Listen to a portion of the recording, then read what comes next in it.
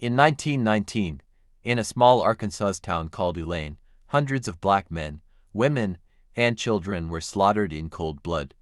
Not by accident, not by chaos, but by design. Simply for trying to organize, for daring to demand fair pay for their labor, and for refusing to remain slaves in everything but name. Their bodies were dumped in fields, buried in unmarked graves, their voices silenced, and their truth buried beneath a century of lies. You will not learn this in your school textbooks, because America wanted this story erased. But tonight, we are going to exhume it.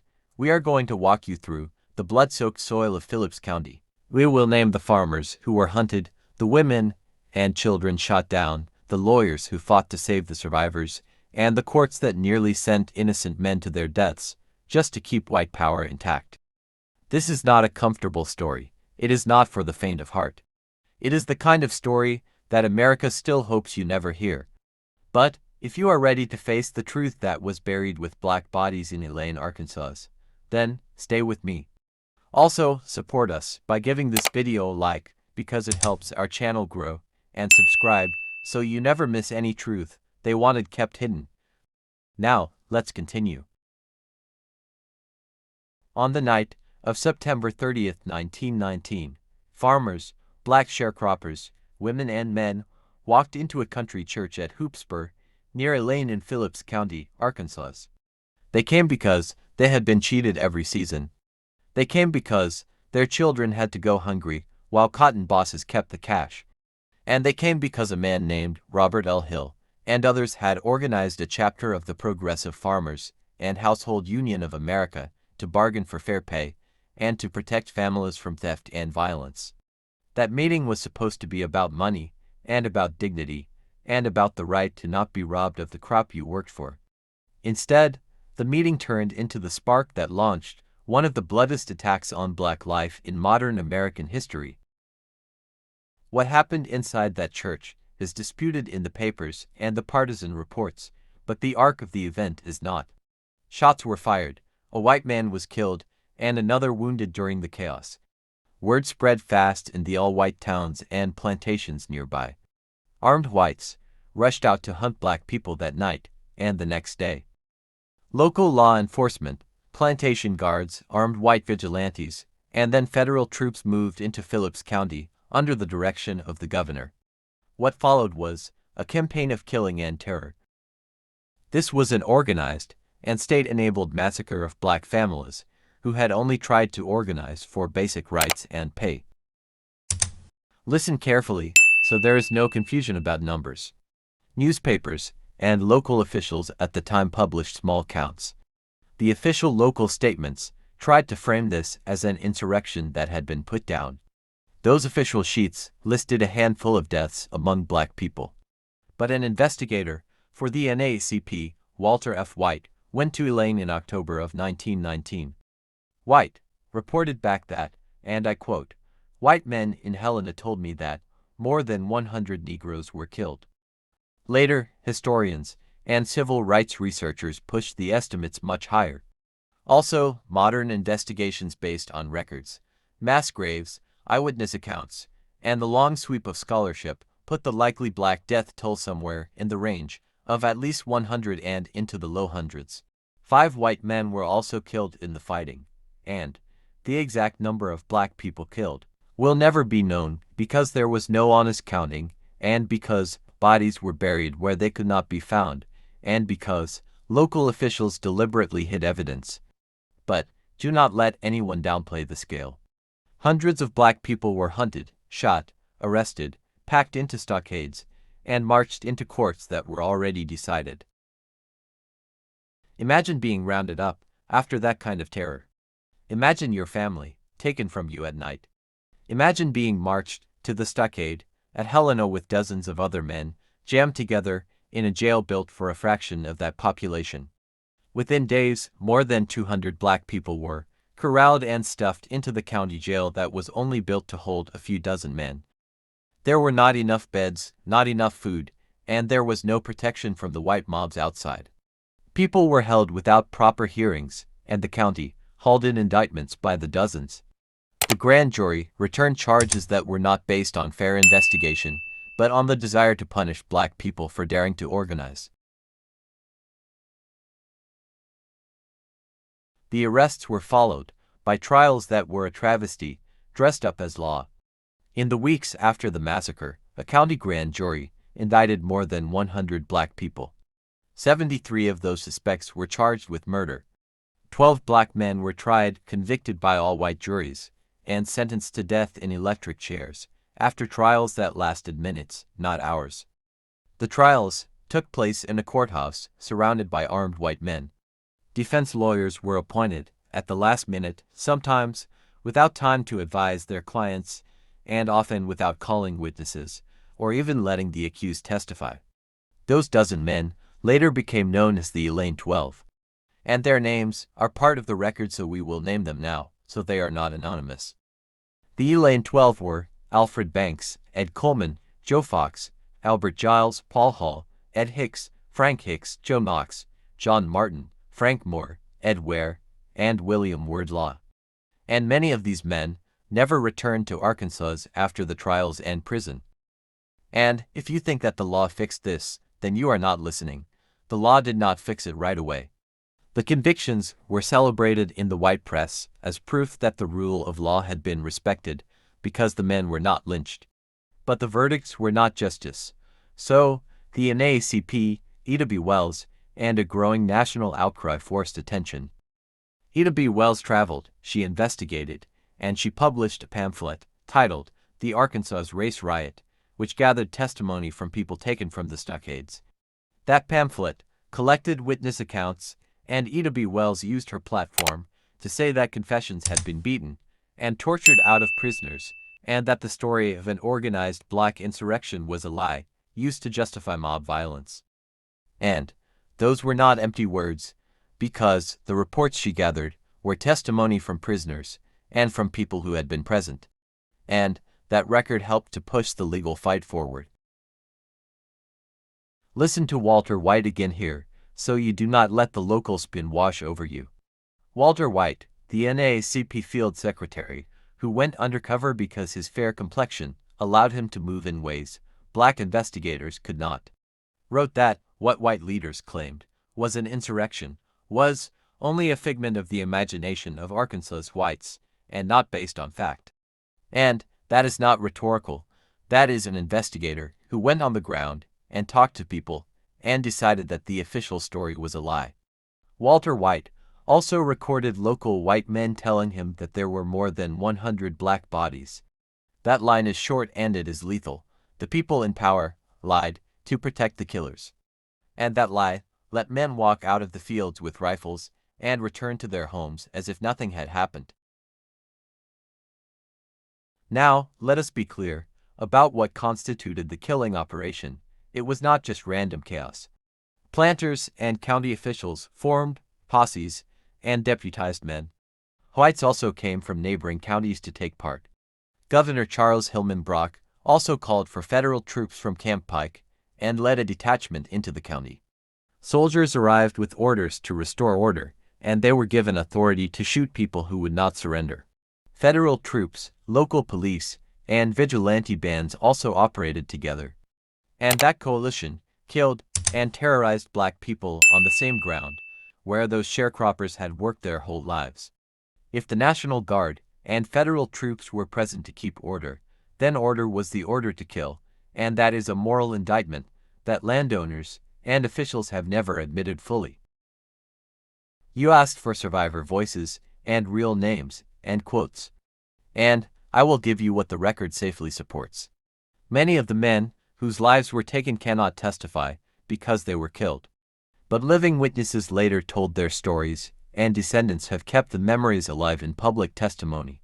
Lisa Hicks, who traces her family to the Hicks brothers, Frank and Ed Hicks, who were convicted in those trials, said in an interview, and I quote, "I am a descendant of Frank and Ed Hicks and possibly Joseph Knox." She then added that the family promised each other that they would not speak about some of the things they saw because the trauma was too deep. That is a human testimony. It shows the silence that the massacre forced upon families who lived in fear for decades.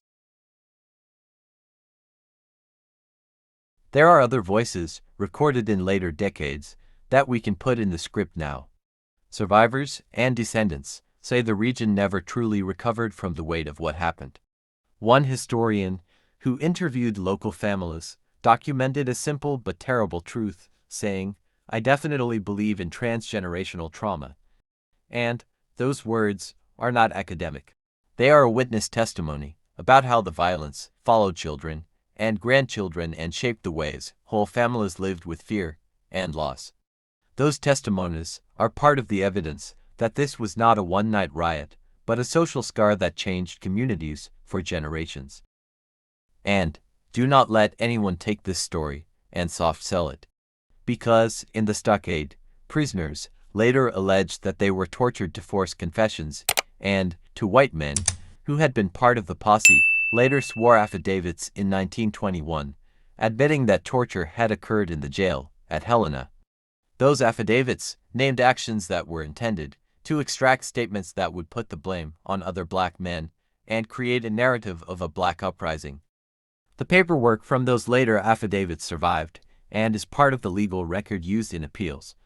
The point is not to revel in cruelty.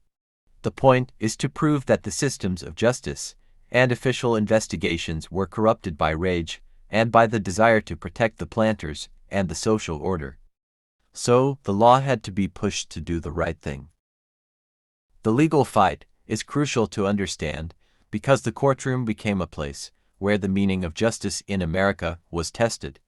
The NAACP raised money, and lawyers like Scipio Africanus Jones, a black lawyer from Little Rock, and George W. Murphy, an aging white former attorney general, took the appeal work.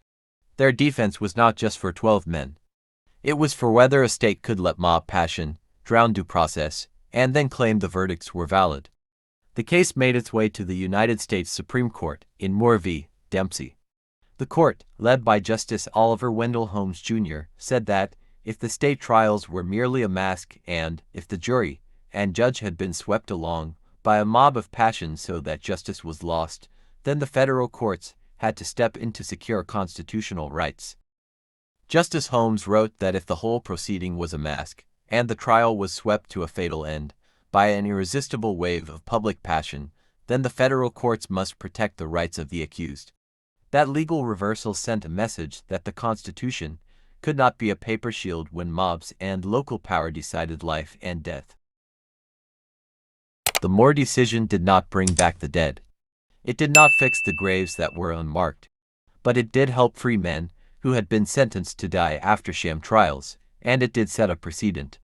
It also forced federal review into whether a state had provided due process. The appeal that followed had the sweat of lawyers and the money of activists behind it. And the fight to save the Elaine 12 is one of the reasons the NAACP grew into a legal force that could challenge Jim Crow. That is the historical arc we must recognize. That justice arrived not through local courts alone, but through national pressure and constitutional intervention. Remember the names of the lawyers and the names of the men they fought for, and do not let their names evaporate. Now, I want you to picture the scene in a concrete way, so the horror is not abstract. Picture a cotton field at night. Then picture a simple church, boards and a tin roof, people seated with the smell of dust and old wood in the air. The meeting starts with talk about rates, about money taken by planters, about children in need. Then, there is someone at the door with a gun, a scuffle. Then, shouts ring out, panic, men run into the dark. That panic spills outward into the county and the plantation roads. White men with rifles and shotguns form posses. Vehicles and horse teams and cars come in from neighboring counties. They surround black homes and fire randomly. They gather men who run for their lives. They take people to the stockade in Helena. Neighbors who had smiles the week before become killers the next day. This is not a horror you read about in fiction. It is a real life we have to name and account for.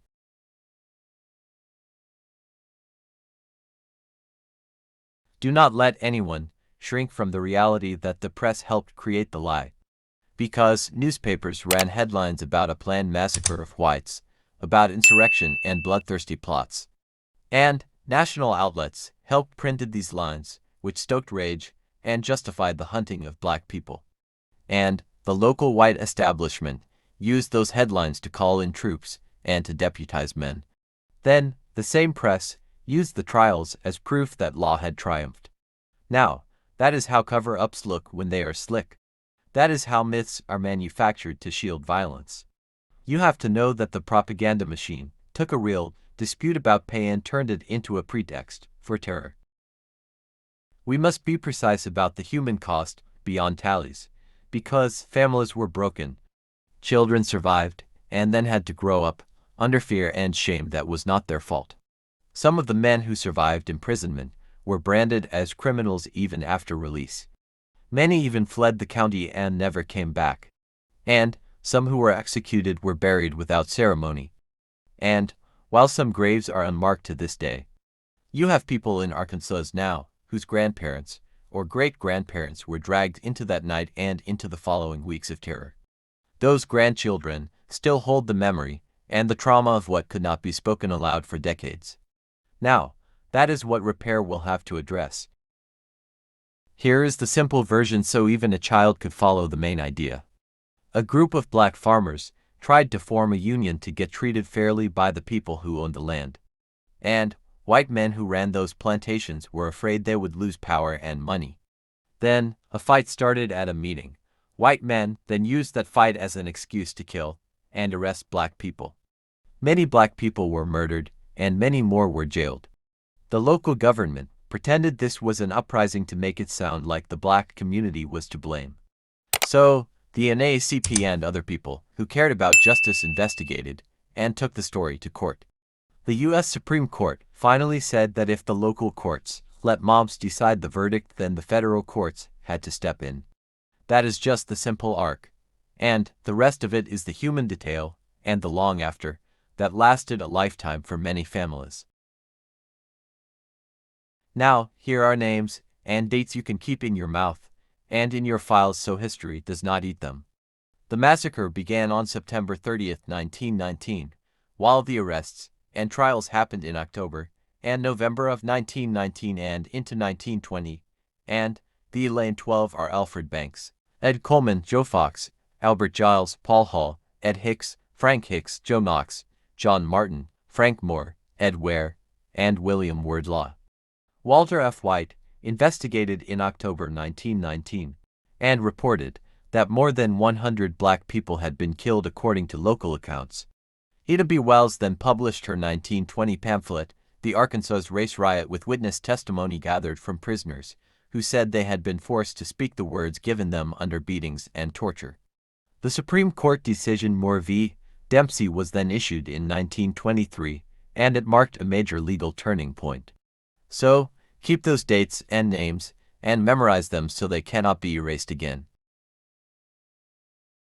I will read you one short passage from the legal opinion, because it matters that the law itself spoke in a way that recognizes this kind of mob-dominated trial was no trial at all.